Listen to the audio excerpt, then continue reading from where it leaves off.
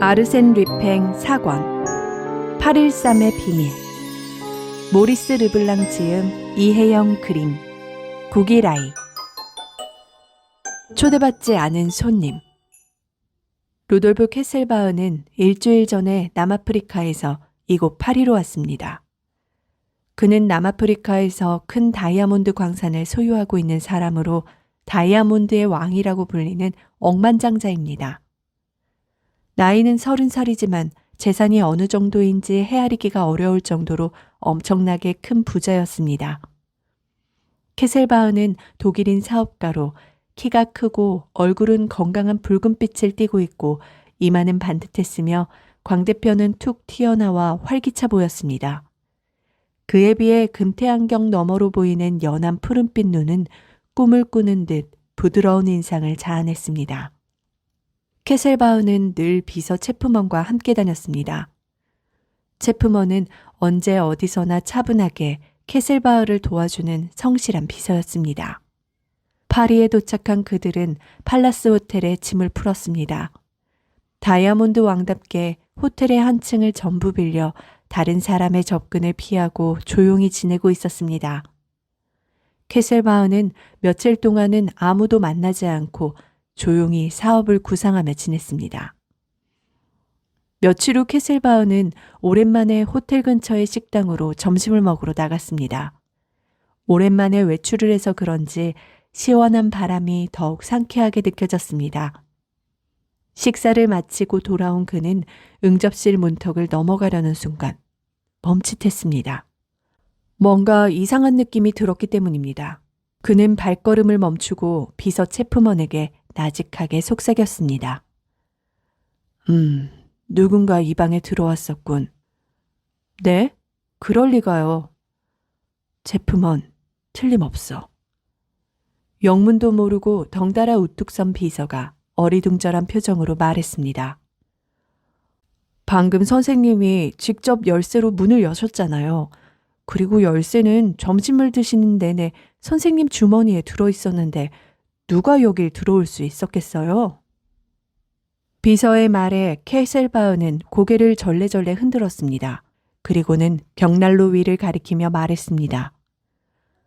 저 여행 가방 좀 보게. 가방이 활짝 열려있지 않은가?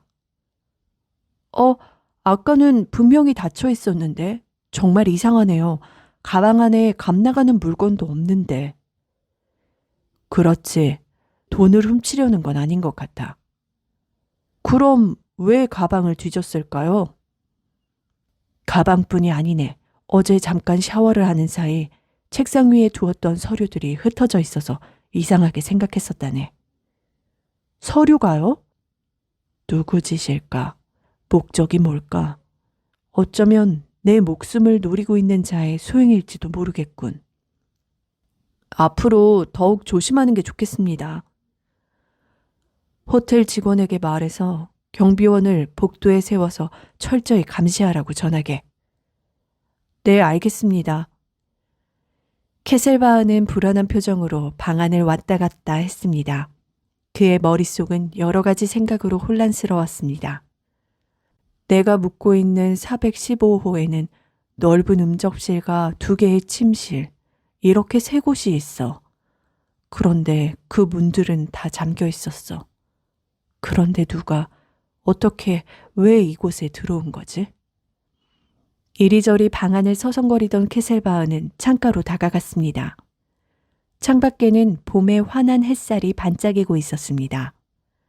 하지만 캐셀바흐가 관심이 있던 것은 창밖의 풍경이 아니라 창문이었습니다. 창문도 굳게 잠겨 있어. 설사 창문이 열려 있더라도 방 안으로 들어올 수 없지. 다른 방과 발코니가 이어져 있지 않으니까. 방들끼리 연결되는 통로도 없고. 캐셀바흐는 아무리 생각해도 안 되겠는지 결국 수화기를 들었습니다. 통화를 끝낸 캐셀바흐가 만족한 듯 고개를 끄덕이며 말했습니다.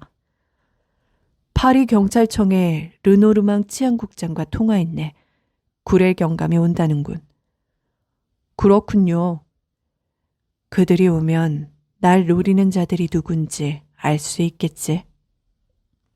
케셀바흐가 소파에 털썩 앉더니 체프먼을 돌아보며 말했습니다.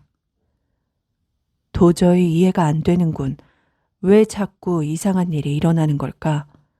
며칠 전에는 누군가 내 지팡이를 건드렸었다네.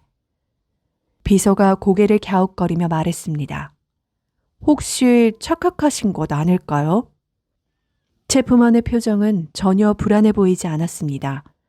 케셀바흐는 다시 생각에 잠겼습니다. 내가 너무 예민해진 걸까? 난 왜 이렇게 불안한 거지? 뭔가 무서운 일이 생길 것만 같은 이 불안감.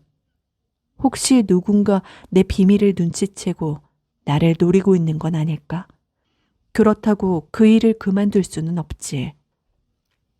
차 한 잔을 마신 후 케셀바흐는 무언가를 결심한 듯 비장한 얼굴을 하며 말했습니다.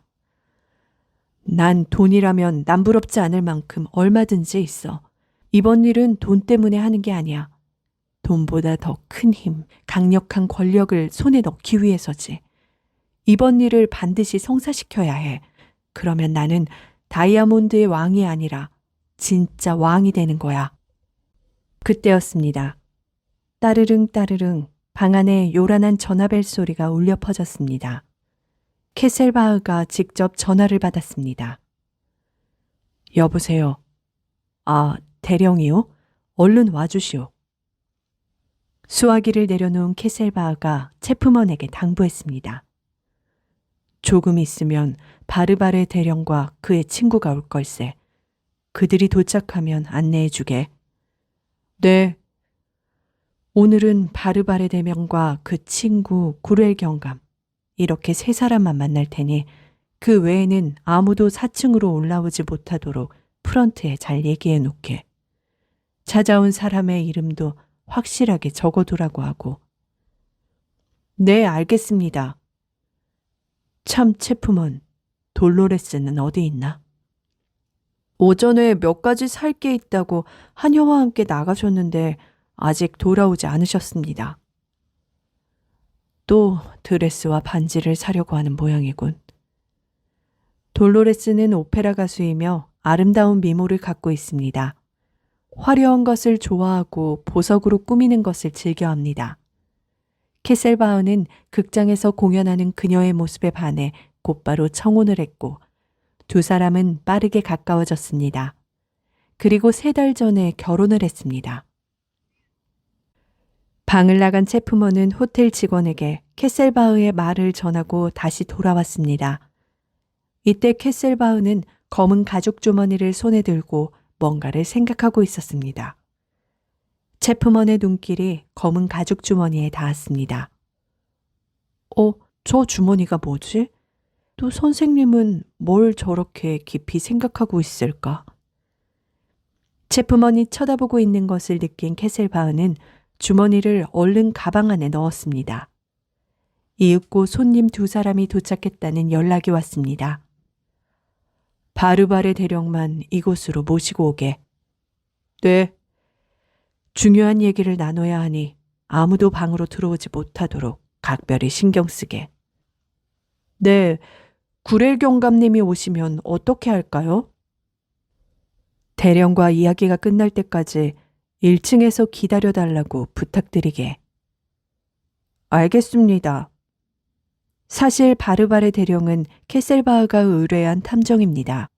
케셀바흐의 부탁을 받고 어떤 일을 조사하고 있었고 수시로 보고하고 있었습니다. 케셀바흐는 흐뭇한 표정을 지으며 의자에 앉아 바르바레 대령을 기다렸습니다.